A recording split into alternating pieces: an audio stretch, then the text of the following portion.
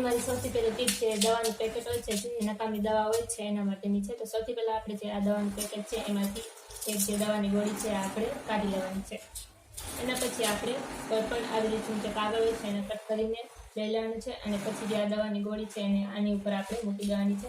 એના પછી આપણે જે આ કાગળ છે એને આવી રીતે વાળી લેવાનું છે. અને પછી દસ્તાની મદદથી આપણે જે આ ગોળી છે એને એકદમ ઝીણી ખાંડી લેવાની છે. તો જે આ દવા છે એનો જે ભૂકો છે એ આપણે ક્યાં યુઝ કરવાનો છે, કઈ રીતે યુઝ કરવાનો છે હું તમને જણાવું. તો સૌથી પહેલાં આપણે કોઈ પણ વાટકીની અંદર જે આ દવાનો જે ભૂકો છે એ લઈ લેવાનો છે. અને એની પછી આપણે આની અંદર થોડુંક પાણી નાખી દેવાનું છે. એની પછી આપણે જે આ પાણી છે એને આપણે જે ગેસનું જે બર્નર હોય છે ત્યાં આપણે યુઝ કરવાનું છે. કારણ કે આ જે બર્નર છે એની ઉપર ઘણો બધો કચરો લાગી જતો હોય છે અને એના કારણે આપણો જે ગેસ છે એ ખૂબ જ ધીમો ચાલે છે અને એના કારણે ગેસ વધારે વપરાય છે અને આપણું જે જમવાનું છે એ પણ વધારે જલ્દીથી બનતું નથી. તો એના માટે આપણે જે આ બર્નર છે એને આ જે દવાવાળું પાણી છે એની અંદર રાખી દેવાનું છે. આવી રીતે આપણે 5-10 મિનિટ સુધી જે આ દવાવાળું પાણી છે એની અંદર જે આ ગેસનું બર્નર છે એને રાખી દેવાનું છે. આવું કરવાથી એની અંદર જે પણ કાંઈ મેલ અથવા તો કચરો જે હોય છે ફસાઈ ગયો હોય છે બધો જ નીકળી જશે. અને પછી 5-10 મિનિટ પછી આપણે જે આ બર્નર છે એને પાણીમાંથી કાઢી લેવાનું છે. અને કોઈ પણ જે કૂચો હોય છે વાસણ ધોવાનો એની મદદથી અથવા તો જે બ્રશ હોય છે નકામું એની મદદથી આપણે જે આ બર્નર છે એને આવી રીતે સારી રીતે ધોઈ લેવાનું છે. તો આવું કરવાથી તમારું જે ગેસનું બર્નર છે એ ખૂબ જ સારું થઈ જશે અને એની સાથે તમારો જે ગેસ વધારે યુઝ થતો હોય એ વધારે યુઝ નહીં થાય અને તમારો જે ગેસ છે એ વધુ ચાલશે અને તમારું જે જમવાનું છે એ પણ ઝડપથી બની જશે. તો આ જે ટીપ છે તમને કેવી લાગી મને કોમેન્ટમાં જરૂરથી જણાવજો. તો આની પછીની ટીપ આપણે જોઈએ.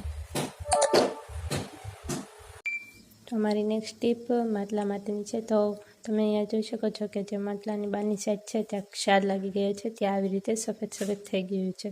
આના કારણે આપણું જે માટલું છે એ ખૂબ જ ગંદુ લાગે છે અને એની જ સાથે એકદમ જૂના જેવું લાગે છે.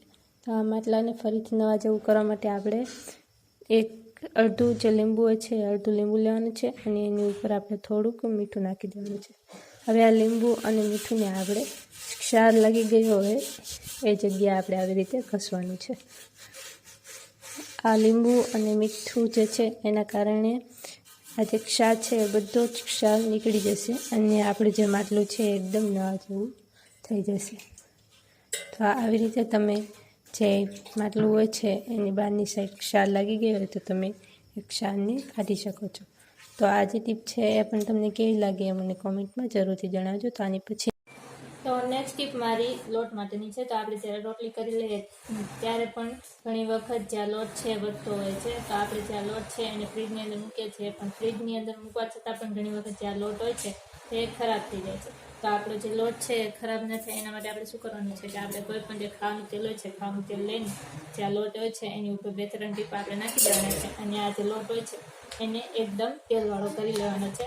અને તેલવાળો કર્યા પછી આપણે જે આ લોટ છે એને કોઈ પણ એરટાઇટ કન્ટેનર હોય છે, જાણે કે પ્લાસ્ટિકનો ડબ્બો હોય છે એની અંદર આપણે મૂકી દેવાનું છે અને જે પ્લાસ્ટિકના ડબ્બાનું ઢાંકણ હોય છે આપણે બંધ કરીને ફ્રીજમાં આ જે બાંધેલો લોટ છે એને મૂકી દેવાનો છે. તો આવું કરવાથી તમારો લોટ જે છે એ બગડશે પણ નહીં અને તમે ફરીથી આને યુઝ કરી પણ શકશો.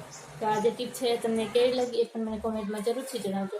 અને જો આ ટીપ ગમી હોય તો ચેનલને સબસ્ક્રાઈબ જરૂરથી કરતા જજો. તો આની પછી મારી નેક્સ્ટ ટીપ જે દાંતિયા હોય છે એના માટેની છે. તો આપણે બજારમાંથી ઘણી વખત એવા દાંતિયા લઈ આવીએ છીએ કે જે દાંતિયાથી આપણે વાળ ઓળાવીએ તો આપણા જે માથાના સ્કેલ્પ હોય છે ત્યાં આપણને આ જે દાંતા હોય છે એ વાગતા હોય છે. તો આ જે દાંતા છે એ આપણને સ્કેલ્પની ઉપર વાગે નહીં એના માટે આપણે શું કરવાનું છે કે આપણે કોઈ પણ જે નકામી નેલ પોલિશ હોય છે ને એ આપણે નેલ પોલિશ લેવાની છે. અને પછી આ જે દાંતિયાના દાંતા હોય છે ત્યાં આપણે જે નેલ પોલિશ છે એને આવી રીતે લગાવી દેવાની છે. તો આવી રીતે લગાવવાથી શું થશે કે આ દાંતિયાના જે દાંતા છે એ આપણને માથામાં વાગે છે તો નેલ પોલિશ લગાવવાના કારણે જે આ દાંતા છે એ ખૂબ જ સોફ્ટ થઈ જશે અને તમારા માથામાં જે સ્કેલ્પ છે ત્યાં જે આ દાંતા વાગતા હોય એ વાગશે પણ નહીં અને તમને માથામાં કોઈ પણ જાતની ઈજા પણ નહીં થાય. તો આ જે ટીપ છે તમને કેવી લાગી એ પણ મને કોમેન્ટમાં જરૂરથી જણાવજો.